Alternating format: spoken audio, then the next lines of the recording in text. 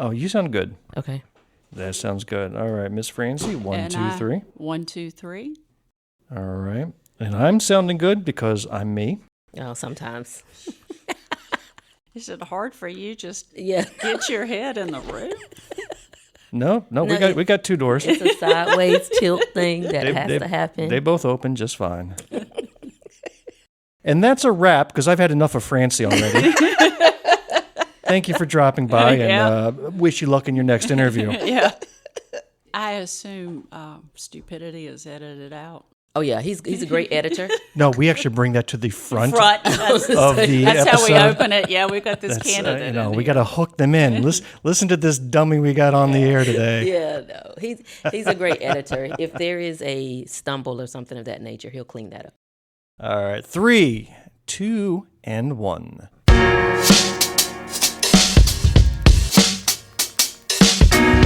Welcome to episode 36 of Black, White, and Blue in the South, a podcast discussing Democratic politics with a Southern flair. I'm Bill Kimler. I'm Jamil Brooks. And I'm Francie Kleckley. And we're coming to you from Greenwood, South Carolina, a little red county in a very red state. Oh, hello, Francie. Hi there. You're a fresh voice on our show. What has you stopping by our studio today? I am here to take back the Democratic seat for District 10 and protect the personal freedoms of our constituents. All right. Well, let me stand up and salute. I know that's right. That's amazing. If you like what you hear, please leave a rating and a review. Tell your friends about us. Follow us on social media. Or better yet, Oh, my God. send us an updated U.S. flag. One with 7 red stripes, 6 white stripes, and 81 stars, because somewhere along the way, we missed the addition of 31 states to these United States of America. At least, this is according to the new Republican National Committee Chair, Laura Trump. My God. Let us have a listen to this genius on the television. These poll workers, we're going to have lawyers in all the major polling locations across the country. We have lawsuits in 81 states right now. We won about a week and a half ago. Laura Trump claims that she's got lawsuits in all 81 states. Laura, by the way, if you didn't know, is the wife of Eric Trump. You know, the one they call the cute one. I don't know who calls that. She is also the daughter-in-law of Donald J. Trump and the recipient of the largest pair of massively inflated lips I have ever seen. God. I wasn't say anything about that. Oh, my goodness. Listen, I'm sure she's a lovely lady. I don't know her personally, and I don't want to comment on, people's looks because it's not like I'm Mr. Handsome myself. But listen, there's a before and after picture here. Oh, no. Oh, And yeah, over on the left is certainly a woman who has no upper lip, right? Would you agree? Right. She's got a Snake lips. very Snake thin lips. lip and lovely lady. But then look at the after picture, and she has... And so, I think that she was beautiful before. I thought she looked nice before. I don't know what we got here. Well, all I can say is that she has now the equivalent of an entire small village's worth of lips put together. Oh, my God. Only And think you. about the money that cost. Well, listen, I'm not being critical, Yeah. but this is the same party that believes God does not make mistakes when creating you, and therefore you should keep all the physical characteristics you are born with, and obviously she does not adhere to that Well, screed. we know that they're very subjective on that. It only applies to some things. Well, anyhow, getting back to the more important part of what she had to say. 81 states? 81 states, through a lot of hard work and great success with the Trump political brand, Laura Trump is now one of the most important, powerful individuals in the Republican Party. Of course, has nothing to do with her family connections. That's just a pure coincidence. But she's so powerful, she's gone as far as to add 31 states to the electoral map to help steal the 2024 election. Mm-hmm. And they're going to get votes from all of those. I was going to say they're voting in those 81 states. They are. They're going to get those votes. Let us know what you think by dropping us a note at blackwhiteblueinthesouth@gmail.com. Send us your comments, questions, topic ideas. You can find us on Facebook, YouTube, Instagram, Twitter, TikTok, Threads, and Mastodon. We share video clips and links to news articles for all of our episodes, so look at those show notes where you'll find all of that and more. Well, before we formally get to our guest today, there are two news items that I would like to briefly touch upon. For up-to-the-minute reports, stay tuned to this station. Now the news. First thing is the constitutional carry bill that was signed into law earlier this year, back in March. In South Carolina, this is the law that allowed concealed carry of guns without any safety training requirements, and it lowered the age to do so down to 18. Yeah. We discussed it a few episodes ago, and we shared our opinions. You know, I went online, posted a TikTok video about it, got a lot of heat from obnoxious constitutional scholars trying to educate me. Yeah. But we neglected to share that South Carolina law enforcement was vehemently against this bill, yet their opinion was overridden by the General Assembly, who knew better. There is another political podcast in South Carolina that I highly recommend. You know, we don't want you just listening to us. You need to hear from multiple voices. Yeah. It's a podcast called Frogmore Stew. Now, I'm not going to tell you what that is. They explain it on their very first episode, so go back and listen to it. But it's Frogmore, Frogmore. Yeah. Frogmore Stew. And host Grace Cohen and her frequent co-host Caitlin Brewer, they launched around the same time you and I did with our cool. podcast. Cool. And they publish twice a week. Their episodes are a little shorter than ours, but they get some amazing guests. Not that our guests aren't amazing too. Yeah. But What does that say about me? No. But they recently had Sheriff Leon Lott of Richland County. The Sheriff Leon. He is the only South Carolinian to have won Sheriff of the Year recognition from the National Sheriff's Association. They had him on a couple weeks ago to talk about this new law, and I want to turn it over to Frogmore Stew and hear what Sheriff Lott had to say about this constitutional carry law. Okay, cool. On March 7th, Governor Henry McMaster signed the bill into law H 3594, constitutional carry. And so I'd love to start this conversation with you talking about the fact that you prayed that South Carolina would not become the Wild Wild West. Can you expand on that a little bit? Why is that your opinion of this bill? Just allowing 18-year-olds to openly carry a gun or even have a gun. They can't even buy a beer in South Carolina until you're 21. But here we are allowing 18-year-olds with no training whatsoever to have a gun and openly carry a gun. And it just concerns me as the gun violence amongst our young people is on an increase, and we're doing so much to curb that. Here we are kind of doing the opposite and saying, okay, here's your gun, you can carry it. Then we can't do anything with them. We're not even supposed to ask them if they've got a gun or see them with a gun and ask them anything. And it just concerns me with the number of young people we have that are being victims of gun violence that we're going to have an increase. So, yeah, I did say a prayer. I hope my fears don't come true. I really pray that they don't come true, but I guess this is something we're just going to have to see. Prior to March 7th, you were able to stop individuals that had a concealed or open carry weapon to check their credentials. Is that correct? We were able to stop someone, and then if someone had a concealed weapons permit and you stopped their vehicle, first thing they had to do was tell you, I have a concealed weapons permit and I have a gun in the car. Now that's been taken away. They don't have to tell us. We approach a car now. They can have 5 guns in the car and not have to tell us anything at all. To me, it just puts a little bit extra danger within our deputies and our police officers in the state. And so we've had to do a lot of retraining on the new law, and we'll just have to see where it goes. We took the opposite approach. Instead of getting guns off the street, we've now put more guns on the street. Do you think there's any benefit to the individual citizen? I mean, there must have been someone who thought this is a good idea that we don't have to tell police officers that we have guns in the car. This was one of the first laws that, as long as I can remember, that the legislature did not take recommendations of law enforcement. Usually they listen to us, particularly sheriffs, but this time they did not. So I wish there would have been some things that we would have been able to get changed. You know, if they were going to pass it, then let's clean up a few things like now you can carry your guns on school campuses, and as long as you have them in the trunk or in the glove compartment, you can have them on campus. So now that senior at a high school who brings his gun to school, he has it in his glove compartment, something happens, makes him mad, he has immediate access to go to his car now and have his gun. That scares me too. Again, that's what concerns me a lot about this law.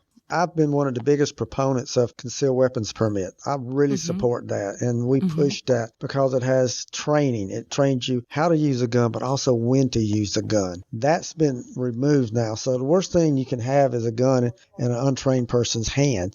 And now we've allowed that. So it's taken away that training. It's a different attitude. Well, thank you to Sheriff Leon Lott for some extraordinary words of wisdom, and I could not find fault in anything that he said. No, that's coming from an individual who's concerned about the future. This is a very passionate individual. His work speaks for himself. If you don't know him, you're not from South Carolina, you can definitely look him up and learn more about him. I'm a fan of his, and I'm in Greenwood. But I have followed him since I believe he came into that position to see how he's handled things.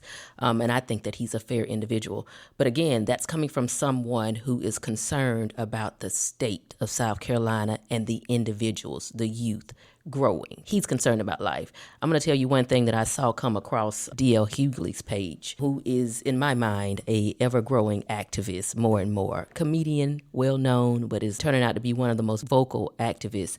He posted a clip or a link from Hollywood Unlocked, and this is the quote from Donald Trump.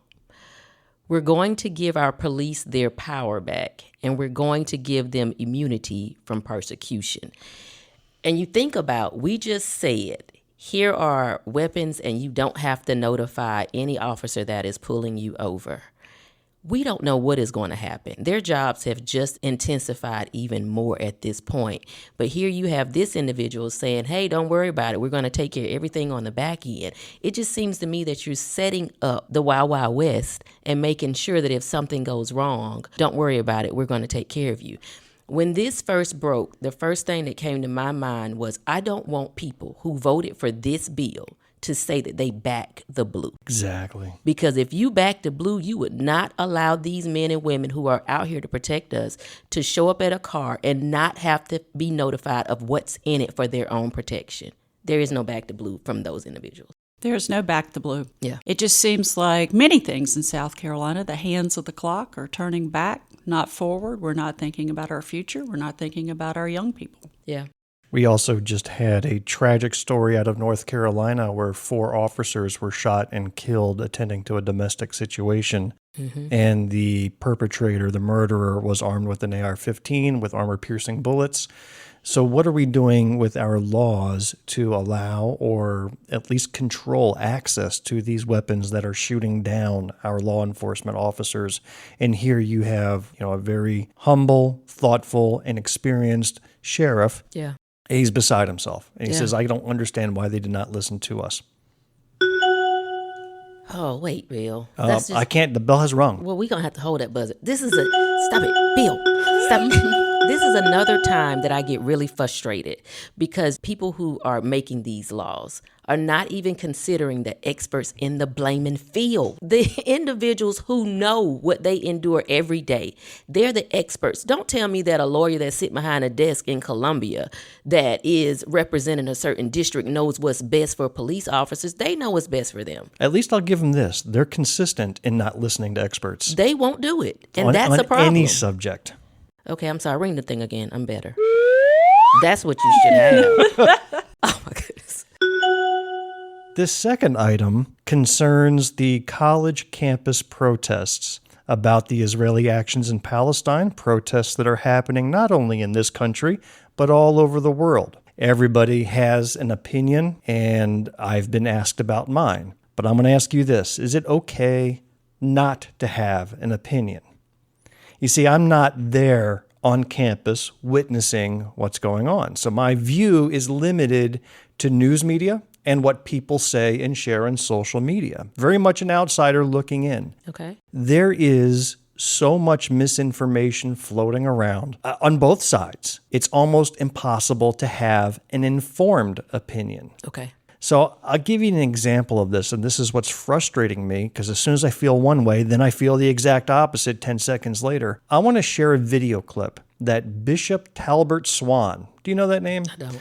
He's an activist. He's got 200,000 plus followers on Twitter/X. In his bio, his description is pastor, activist, author, radio host, NAACP president, #truth is not hate.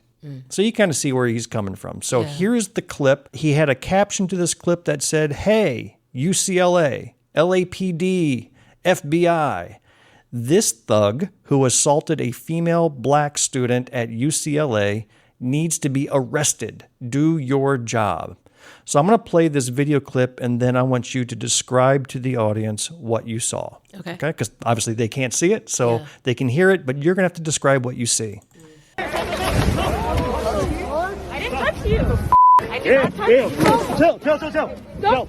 Okay, so based on that 5, 6, 7 second clip, what did you see happen? I saw him push her, but I didn't see. Yeah, I saw And who's him. him? Describe him. It appears to be a white male, heavyset male. Maybe a white male pushes the female. Right. And then starts yelling expletives at her, and he's Yeah. being held back and And she's restrained. saying, "I didn't touch you. I didn't Right. touch you." And so you see that, and you see the quote, and you're feeling outraged. I'm like, Yeah. this is just nuts. Throw that guy in jail. Yeah. That is wrong. Well, I'm going to play for you another clip from a different angle Okay. of this same situation, and tell me what you see here.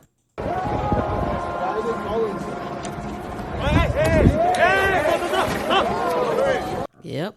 So what did you see? Let's Now describe this that. time, the white male, heavyset male, is walking Same away. one. Same one.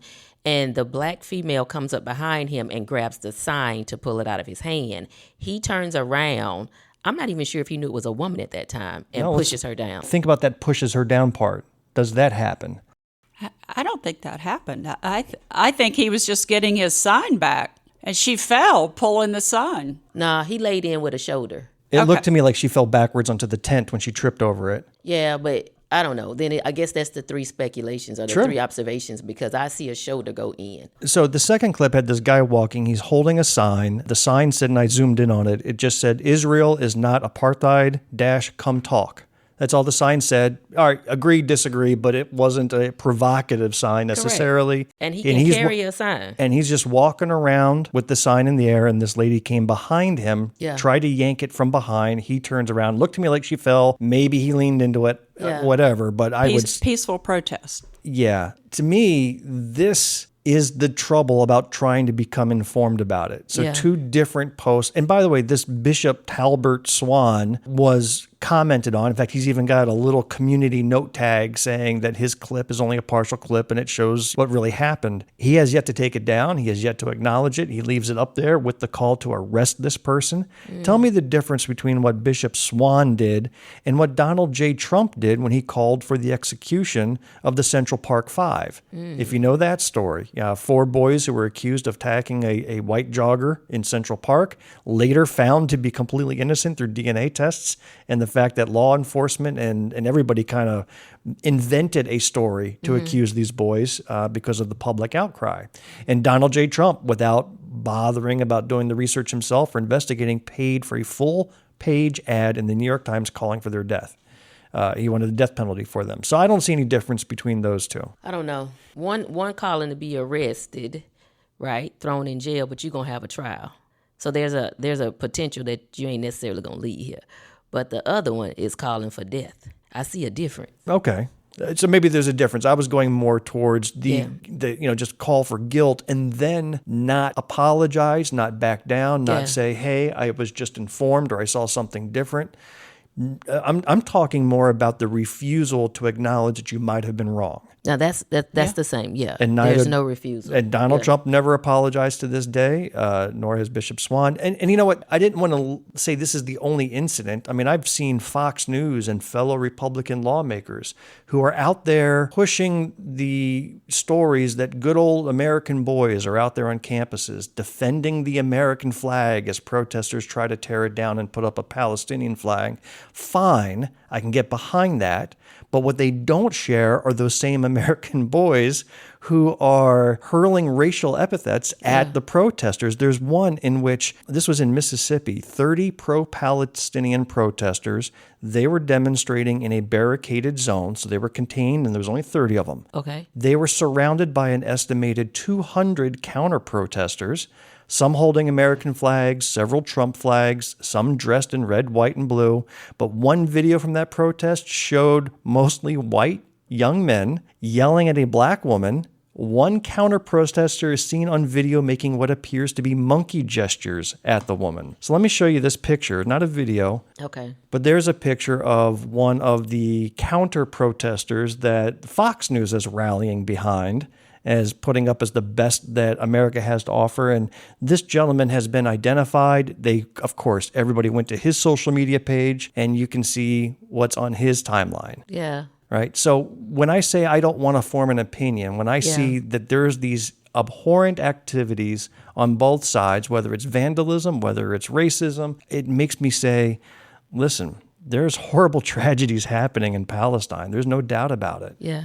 But I am not going to sit here and take a side of what's happening with these campus protests. Yeah, so let me comment on that last one. When you have the image of the white male that's making the monkey gestures, I'm going to say something, and I don't speak for all my people. Let me just say that. But I'm going to tell you my stance on this. And I don't recommend and I don't encourage anyone who is non-black to think that it is hilarious to make monkey gestures or refer to black people as apes. And I don't encourage you to do that. Now, you enter at your own risk if you do that. But what I can tell you is my stance on that is this. There are some things that have survived the test of time. Those things is what black people tend to be referred to. If you look at King of the Jungle, that's an ape. If you look at the ability to adapt to all surroundings, that's the monkey primates.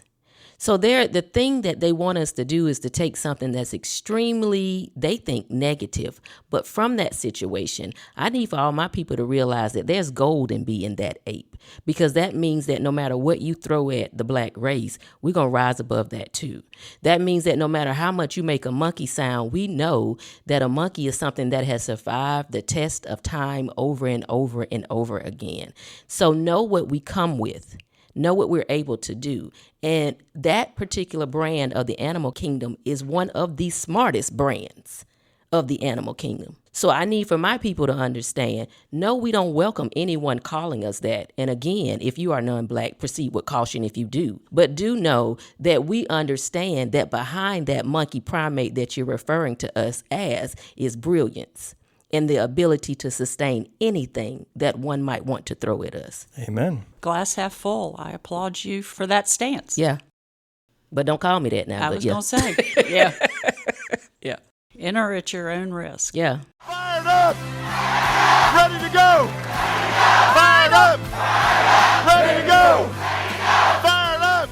At this part in our podcast, we love to talk about campaigns. Yay. And we are so excited to have a fellow candidate looking to reshape things in Columbia. Welcome to the show, Ms. Francie Kleckley. Thank you running so for much. State Senate District 10. District 10. Thank you. Thank you for the opportunity to come and meet with you guys today. Yeah. And that's a wrap for our show. No way. No way. She has something to tell us, I know. And I have to dig deep, but I know there's something in there. So let me start, and then I know Bill's going to take over, but just tell me your why. Why District 10? And some of our listeners don't know about the redistricting and how we picked up Lexington and Saluda, but you can talk to that. And then tell us why you for that. So let's talk a little bit about District 10. It has been redistricted. It has newly redistricted this coming year. And so it is all of Greenwood County. It is a portion of Saluda County and a portion of Lexington County where I reside. And so my why is that I have 36 and a half years experience with the federal government where I did the work with the National Congress. And I came home thinking I was retired, and I took a look at the South Carolina political landscape. And I think the tipping point is when our personal freedoms started being taken away. And because I have the skills and abilities, I was raised in a family that said, if you can help, you should. And so I am taking off the retirement suit and I'm putting on the political suit, and I want to get to the State House and see if I can restore some sanity to the place. They All done right. poked the sleeping bear, They didn't did they? it. Right. They did it. They poked the retired bear who was enjoying retirement, a little bit of tennis. Wow. And so I'm ready to get back to work. All right. And we're seeing that all over the country where these anti-freedom laws are being imposed upon populations that did not want it, did not ask for it. And they're now coming right back with ballot initiatives and constitutional changes, much to the chagrin of these legislators that enacted them. And now these legislators are starting to lose their seats as a result. So I encourage them, keep leaning in on these positions you have, and you're going to see a lot more people like Francie stepping off the sideline. Yes. Francie was probably very happy, enjoying your I retirement. was very happy. I'm not a career politician, but I am a career civil servant. You have I've worked granddaughter with that you adore? granddaughter just the that one? is just the one, and I do have a certain commitment to leaving a better South Carolina for her and for all of our children. She And could have been that's at home playing with her granddaughter, but now she's out there doing politics thanks to y'all who put in the 6-week abortion ban. We appreciate it. Yep. Yep. That's- It'll pull you right off the side. Yeah. Let's go through a little personal history, if I may. So let's start with your college days. Clemson? So I attended Clemson, and then I was recruited to play some tennis at Francis Marion University. I can see that. You have that athletic look about you, that you can swipe that ball and hit it pretty hard. And so, played sports all my entire life and played in high school and really missed it when I went to a large university. And so when I got that recruitment call, I said, let's do it. Where is Francis Marion? Florence, South Carolina. Okay. It's amazing. South Carolina has so many schools and universities. It's for the population, I think we're kind of punching above our weight in terms of the number of schools per capita. Yeah. It's incredible. Well, that's awesome. So then you graduated Francis Marion. What did you study when you were there? Business administration. All right. That makes sense too. And then what did you do afterwards with that fancy degree? So I went to work for the federal government. I'll just be candid about that. That was the Internal Revenue Service, where I spent 36 and a half years. Well, I have to imagine, given your timeline, you started under the Ronald Reagan administration. I did. So there you are. You're under his IRS. So that's got to get a lot of round of applause from certain people, I'm sure. Yeah. Right. I spent some time, and actually I worked here in Greenwood, Saluda, McCormick counties, I think were some of my first areas. And I work closely with businesses and individuals to repay their tax debt. I worked to find a solution. Consensus building is how I approach most everything. And what can you do, and what's the latitude of the government to help you get repayment and get back on the right track? From there, I did what I think was the most meaningful work, where I was the taxpayer advocate for all of South Carolina, where my staff and I worked with resolving individual tax problems for people that perhaps impacted their rights or increased their taxpayer burden. I went from there to dealing nationally with systemic tax issues, proposing legislation, working closely with our congressmen at the national level to identify the 20 most serious problems facing taxpayers, proposing legislation. Then I finished my career as your Director of Privacy for the nation for the IRS. And so in that, I helped solve the tax-related identity theft problem that was rampant back in 2010 through about 2015. So tell me if this is true. If somebody steals my identity, can they then pay my taxes for me? So that's the catchy part about that is they never pay. Oh, They just take your refund. Just trying to see if there was an upside to this. Nope. So then you retired after a very successful career, and were you just bored, looking for something to do when you said, I'm going to decide to run? Because I remember the day you texted me out of the blue and said, hey, you don't know Bill Kimler, but hey, he's the chair of the Greenwood County Democrats. Let me just at least reach out and start to make a connection. What was the thought process that led up to that? Had you just decided that morning to run? Had that been a long thought process for weeks prior?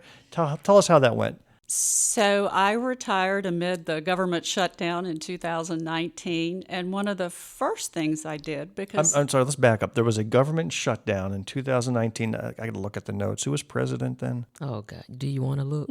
I think it was Donald Trump, right? Shut the government down. Okay. Of course. Gotcha. Shut the government down. So I've always... Although my work at the Internal Revenue Service prohibited me from being terribly involved in politics, I still could donate, I could still vote, but I've always kind of kept a close eye on that. So one of the first things I did was go to the State House and sit in the hearing rooms to listen to the potential abortion ban. And I remember coming home and saying, Well, I think, we have that covered because we had excellent testimony, again, from experts, whether it was about women's reproductive processes or whether it was the financial impact, kind of the business case around why we shouldn't ban abortions. Yeah.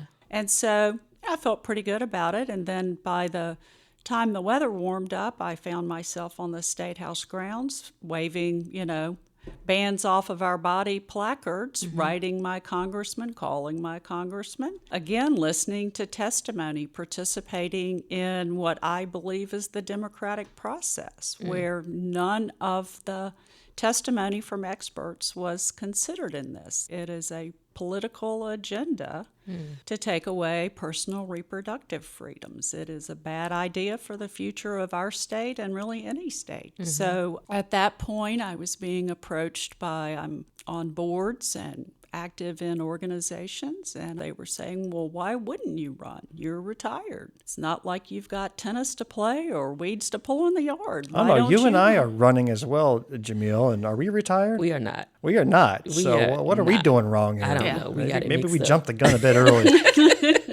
Yeah, we are not retired. Gosh. We're just tired. I know. She said that, and I just lit up like, ooh, what would that be like? I know. Well, under our old federal government system, you could retire at 55. So when I get this text, when you said you wanted to run, I didn't know who you were, and so I didn't know if this was a crackpot reaching out to me or what, because it wasn't like you were very Googleable, right? As an IRS agent, you don't have a huge online profile. It's true. I saw your Facebook page, or your profile, and I saw we had a mutual friend, as you do on Facebook, and it was former representative and candidate for lieutenant governor, Mandy Powers Norrell. And she was a common friend of ours. So I reached out to her and I says, I have the quote right here, "Who is this crackpot?" No, I didn't say that. Say that. I said, "Do you know Francie Kleckley?" She reached out to me wanting to run. And I tell you, my phone almost jumped out of my hand when she responded. I mean, it was like all capitals. Actually, what's bigger than all capitals? It was like all capitals and emojis. Yeah. Yes, she'd be great. Had you consulted with her beforehand, before deciding? Actually, I had not. Okay. I was a huge supporter of her and James' campaign and did, within the ethics rule, all I could to help get them elected. They are both dear friends. I met with her shortly after that, but I met with a lot of both Republican and Democratic elected officials who kind of gave me the backstory on it. I had Republicans saying, why don't you run as a Republican? 70% of America, I'm moderate. I'm not about the crazy left or the crazy right. And I said, but I cannot run as a Republican as long as you have Trump at the top of your ticket and as long as your colleagues are making bad laws at the State House. Well, that automatically puts you into the extreme leftist, Marxist, socialist camp. Absolutely. Just for what you just said there. Yeah. You have started your campaign. You kicked it off, I think. Were we the first place you spoke at our convention? You were the first convention that I spoke at. So you did a good job there, and then you just visited with us the other day and had a little more time to breathe and stretch your wings. I would like to play a clip of your speech now. Absolutely. Well, I'm glad you have your buy-in. like you needed does, that. it doesn't matter. Yeah, it doesn't matter. I have friends that give me the mailers from the Republicans, and the theme is, which is baffling to me, families first. And so the question is, which families? I don't believe it's our families. I don't believe it's the Democratic families. I believe it's the families of the elite few and the good old boys. And here's why I say that. We take away basic reproductive freedoms. And it's not the families where the parental rights have been taken away, where parents can decide about the health care of their children or even the books that your children are allowed to read. We now have government telling us what books our kids can read. And then the government turns away free lunch money for the hungriest children in our state. Are those the families that are coming first? I don't think so. And then we talked a little bit about Medicaid expansion because we refuse to take Medicaid expansion money from the federal government that we have already paid taxes on. We leave 345,000 South Carolinians without health care. I think that was very well said. I like that theme. You know, you always look to see, is this person just going to go up and randomly talk about a bunch of line items, or do you have a theme? I like that theme. I liked it too. Yeah, that flowed really well. Honestly, folks hand me the Republican mailers, and I think Lexington's winning the yard sign race. I mean, you can't go 10 feet without seeing a yard sign, and it's all about families, and it's just not our families. Mm-hmm. It is not seeing a ton of yard signs here in Greenwood. I think I've only seen one in my district. That has a yard sign. We are also playing the size matters game, because the bigger the sign, I think the more votes you get. I mean, these are some really big signs. Really Listen, I had the largest signs in 2022, and what they say about signs is true. The bigger they are, the harder they are to keep up. Signs I had, I swear I was out like every other day, like putting those suckers back up because they were catching wind and just, I couldn't hit the holes deep enough. They were bending and twisting. I was like, okay, I give up. So how has the experience been? I mean, you mentioned it that you are from Lexington, which is 2 counties over from Greenwood, although Greenwood is the largest county in this district.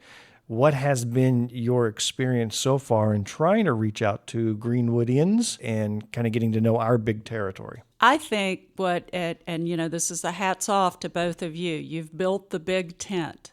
I sent you some feedback after I attended the other 2 conventions. You were head and shoulders above the other 2 counties. You were building the infrastructure that allows candidates like me and many others to run for office. I love the people of Greenwood. I know that I have been here many times in an informal capacity doing door knocking and doing meet and greets with some folks that I know here. And then certainly spent a little bit of time in Saluda, but Lexington is my home base where, as I used to say, we are redder than red. But I believe that the people of Lexington, the complexion is changing because of industry that has come in, and we are getting a more moderate base.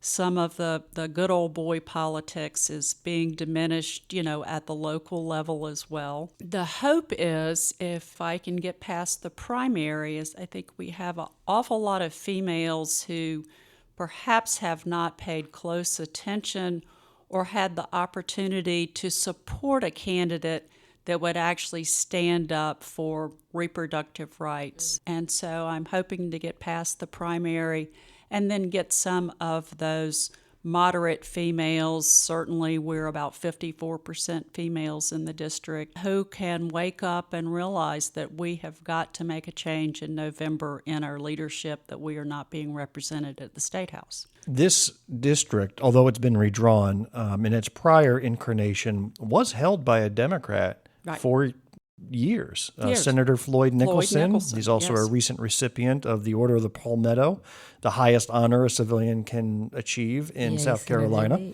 And he is, certainly a beloved member, but he lost in the insanity of 2020's election. And that opponent to this day is somewhat reviled in this area for just how dirty his campaign was. Yes. A lot of dark money flowed into his campaign, a lot of attack ads that truly mischaracterized our senator and his accomplishments and his beliefs. And he just rode the Trump wave to victory. Absolutely. Well, I'm hoping that he gets a taste of his own medicine. Oh, yeah. I'm hoping that the wave that he rode that allowed him to steal that seat is the same wave that's going to ride him right on out of that seat. Now, he's being primaried. This Billy Garrett, who's currently sitting in that seat, he's got 3 Republican opponents in this primary. What do you think is the cause of that? Have you studied who those opponents are? Do you pay any attention to them? I know some of those opponents.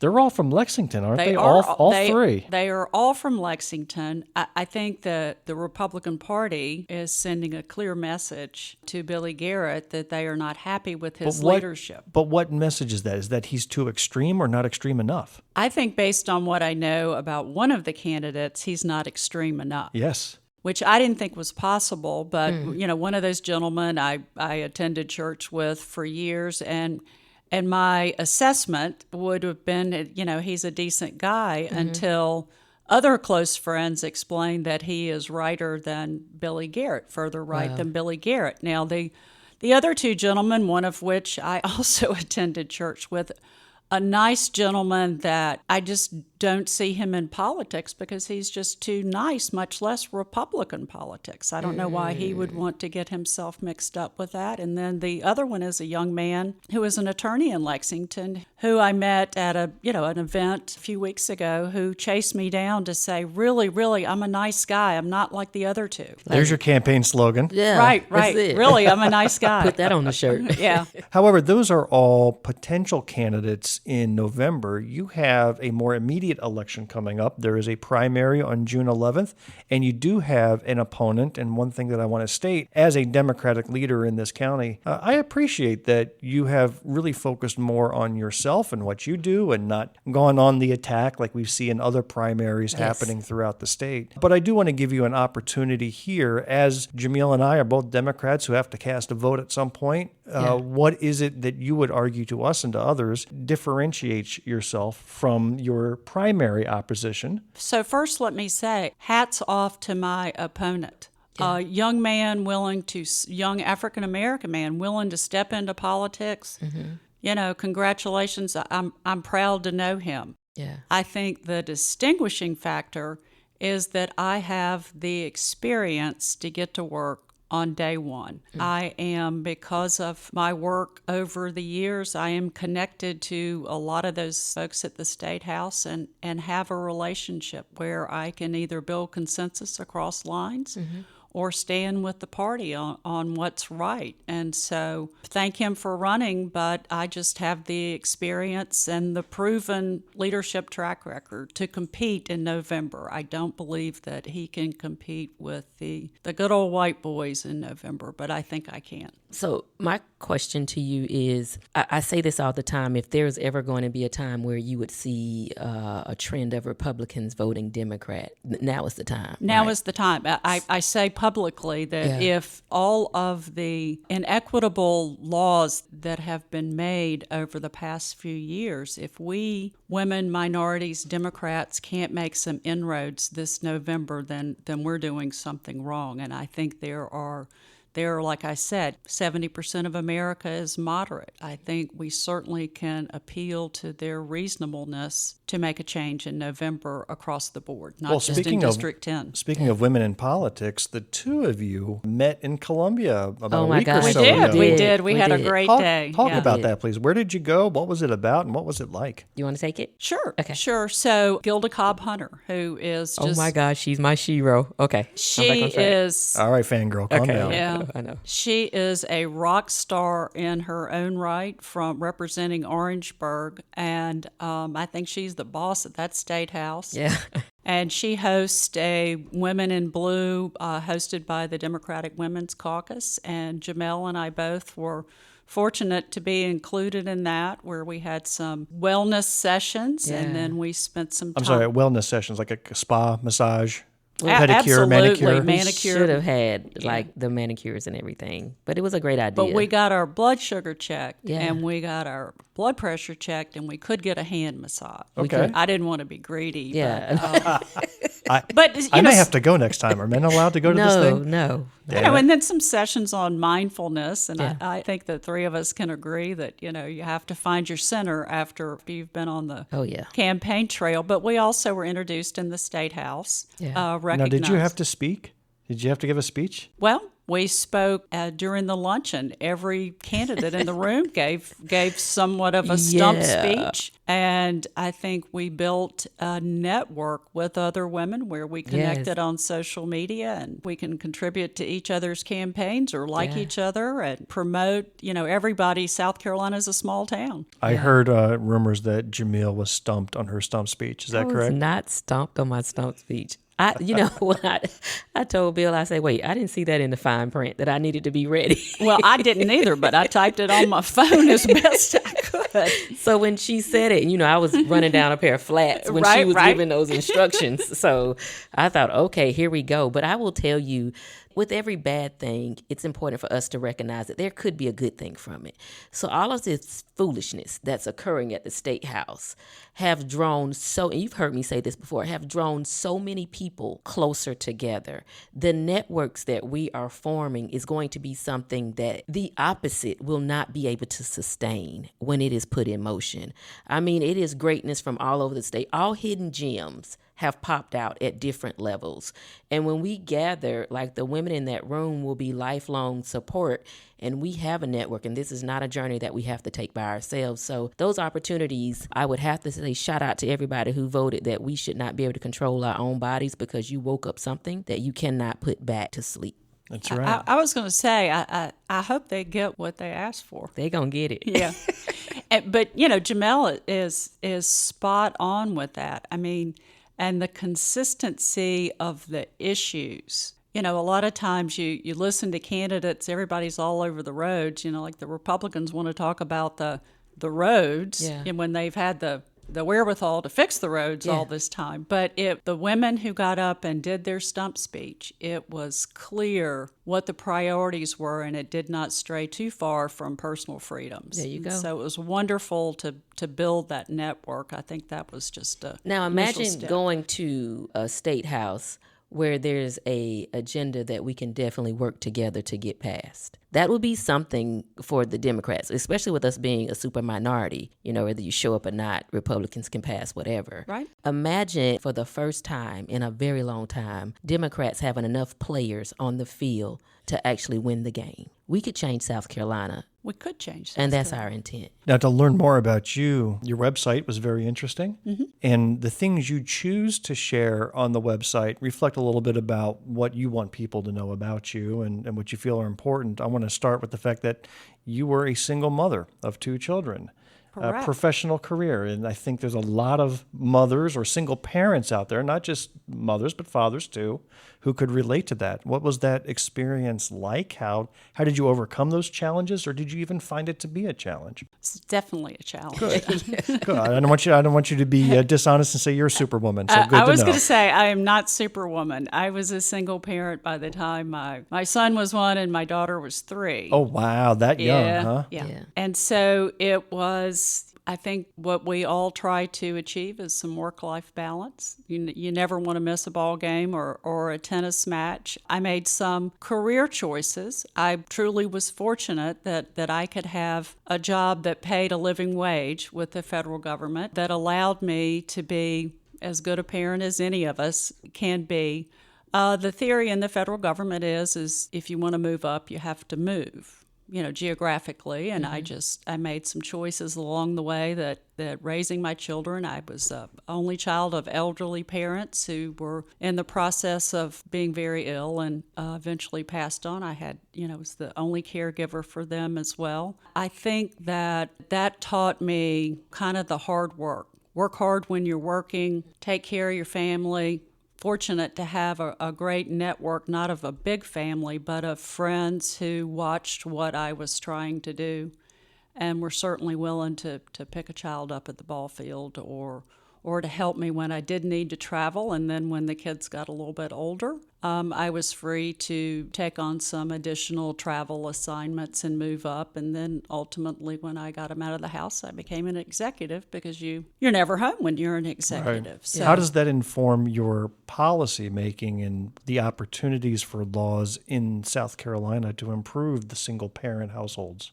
So, we have to start with accessible, affordable child care. Mm-hmm. If we want women to have careers, we have to pay folks a living wage. We can't figure out what's wrong with kids, but yet I can tell you what's wrong with kids if the mom has to work 3 jobs just to pay the rent or pay the grocery bill every month. So we have to start there with a living wage, and whether it's job opportunities. One of the things that I have talked about on the campaign trail is financial literacy. So when both of mine educated in the Lexington public school system, they called me in to naturally talk about taxes at the high school. Mm-hmm.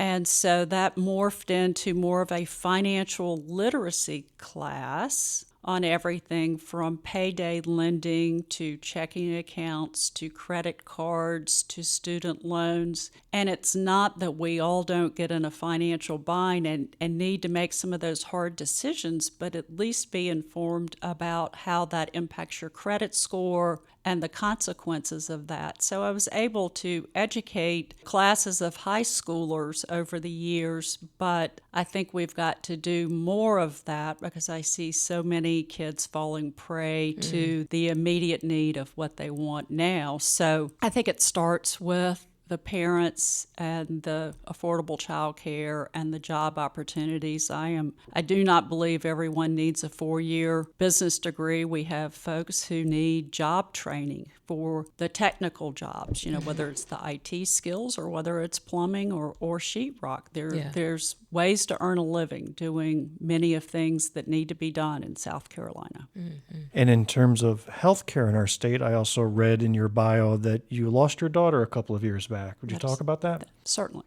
My daughter was a breast cancer survivor, but the impact of the chemo and radiation weakened her esophagus. I lost her in my arms to an upper GI massive bleed 2 years and almost 3 months ago. Wow. Yeah. Has that informed your knowledge about the medical care in the state and insurance policies and all of that, accessibility? Yeah, I cannot argue with any of the medical care she got or the responsiveness of the folks on the night that this happened. But what it did inform me about is that every day's a gift, and you got to make the most of that gift, which is one reason I am sitting here today. I cannot just sit back and bide my time. I have to do something meaningful. And my daughter she was a tennis player. She was a fighter, and she was particularly a fighter for people and what was right. And so I am taking her loss as a boost for when the things get tough.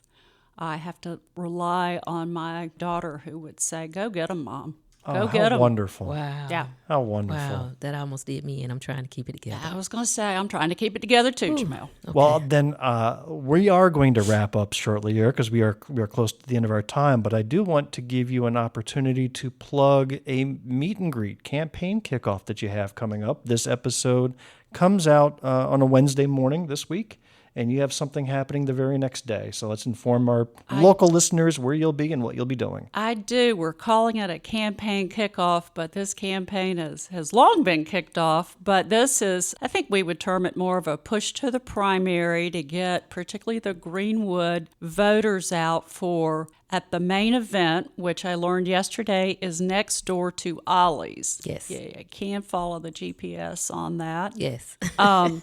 We are hosting there a lovely woman named Marlo. I met with her yesterday, and she's got a fabulous event space. And, I see this as a way to interact with more of the voters of Greenwood, bring them in. We'll have some food and beverage and just some informal time, and then be able to talk about, my question is usually, what can state government do better to serve your needs? And so really want to hear that because I'm a people person who has worked to meet the needs of the people. So I invite everyone to come out on Thursday night, 6 to 8 at the main event. Awesome. Wonderful, wonderful. And that's a wrap for this episode of Black, White, and Blue in the South. We hope you've enjoyed what you heard. Please take a quick minute and leave us a rating and a review of our show. If you do, it'll keep Laura Trump's lips from invading your neighborhood. Oh my God. If you are a blue dot in a red sea, keep the faith, keep up the hard work. Change only happens over... Stop it, I'm trying to finish this line here. Who told you to say that? Stop it. If you are a blue dot... the lack of professionalism in this room... So I had a vision of that happening. So did I. That's why I'm hoping it doesn't happen. We need to do our part. If you are a blue dot in a red sea... If you are a blue dot in a red sea, keep the faith, keep up the hard work. Change only happens over many years of work and dedication. As the Greek philosopher Plato once said, and this is Jamil's favorite part, she loves the quotes. I love the quotes, yeah. Plato said, quote, "One of the penalties for refusing to participate in politics is that you end up being governed by your inferiors." Ooh. And do we feel that in our lives today or what? Yeah. We are there. That was it right there. I need to use that quote. I know.